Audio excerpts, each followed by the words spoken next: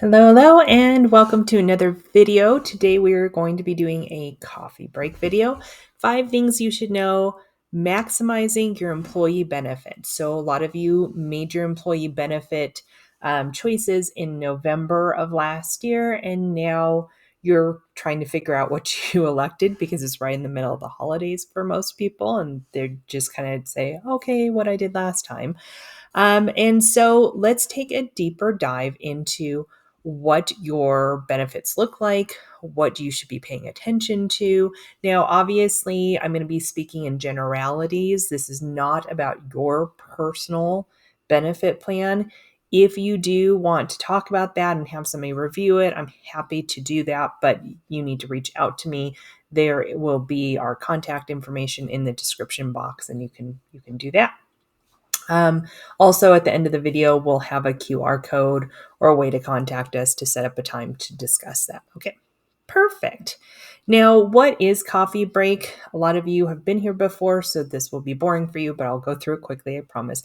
Coffee break is made for 401k participants. So if you are new here and you are eligible for a 401k, this is for you.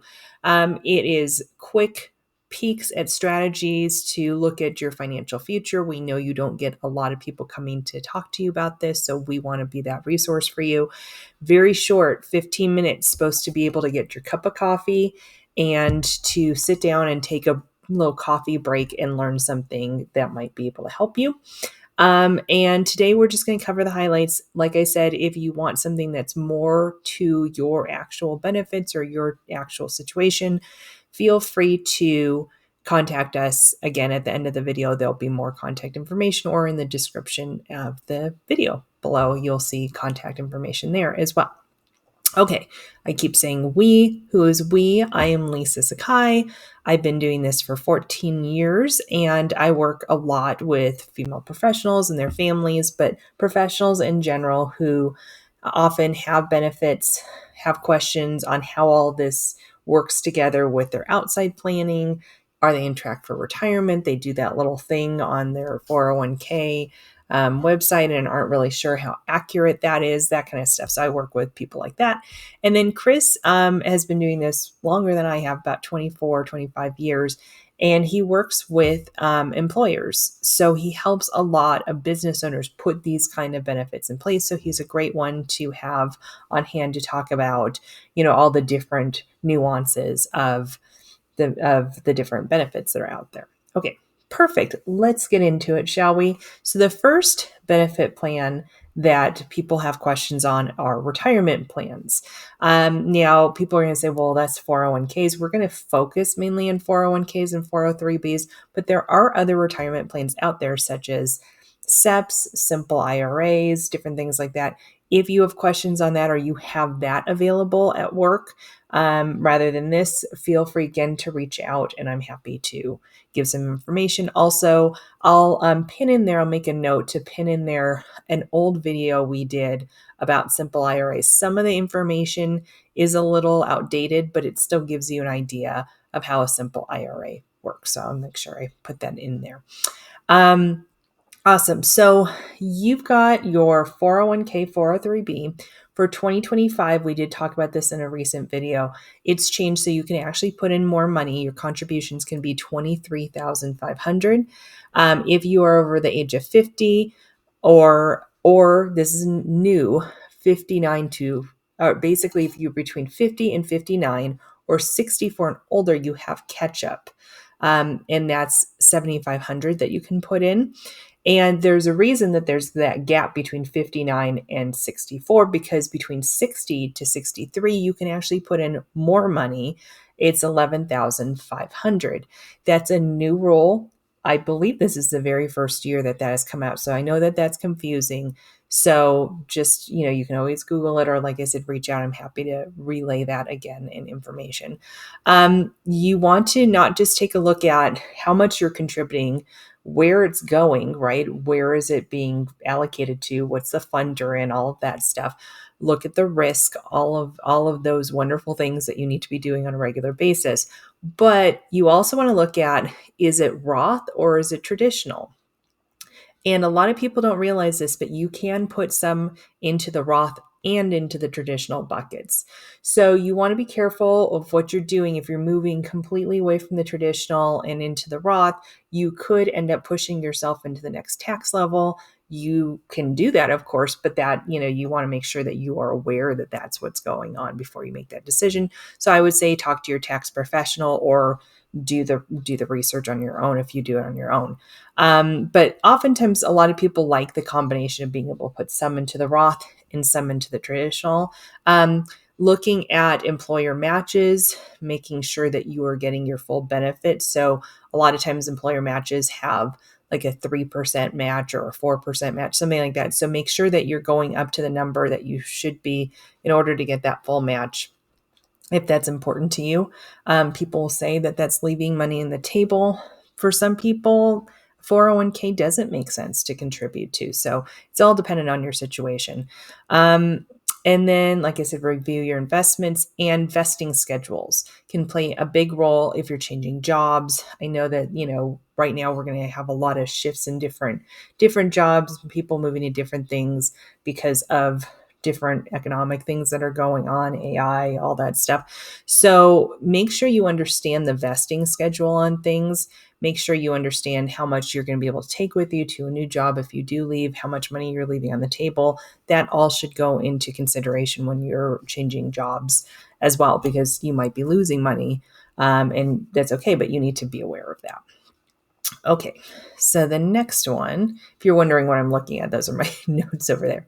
So HSA accounts. Now, we've done a whole video on HSA accounts. I'm happy to link that again in the description so that you are aware of that.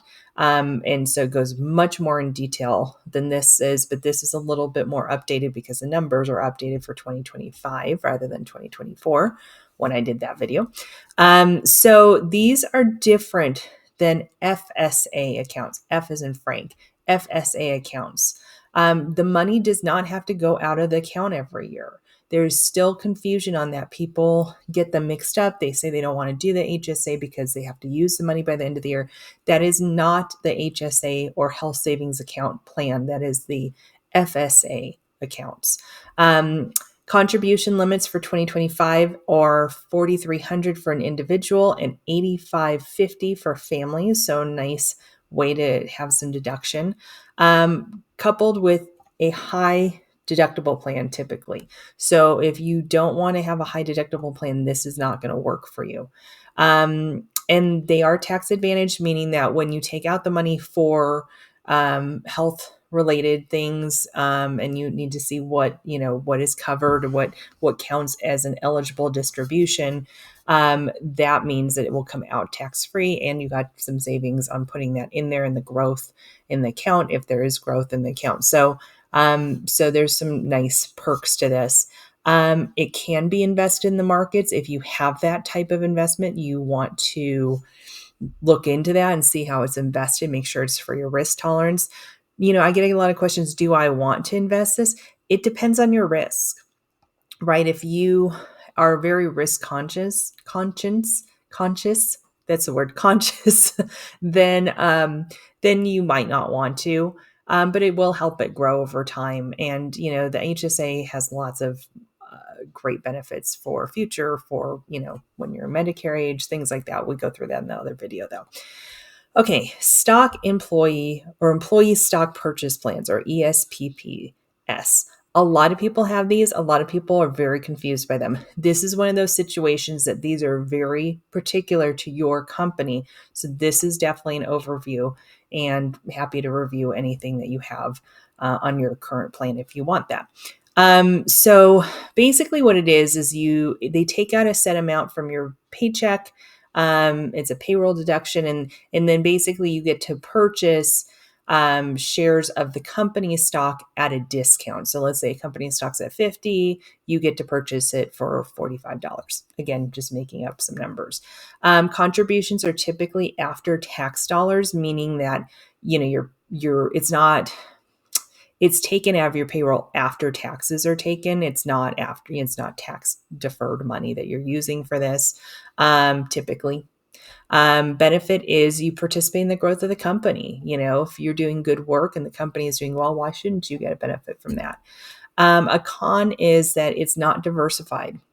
And there are tax implications when you sell the stock. There are sometimes vesting schedules when you leave. So you do need to understand all of those things when you are part of that.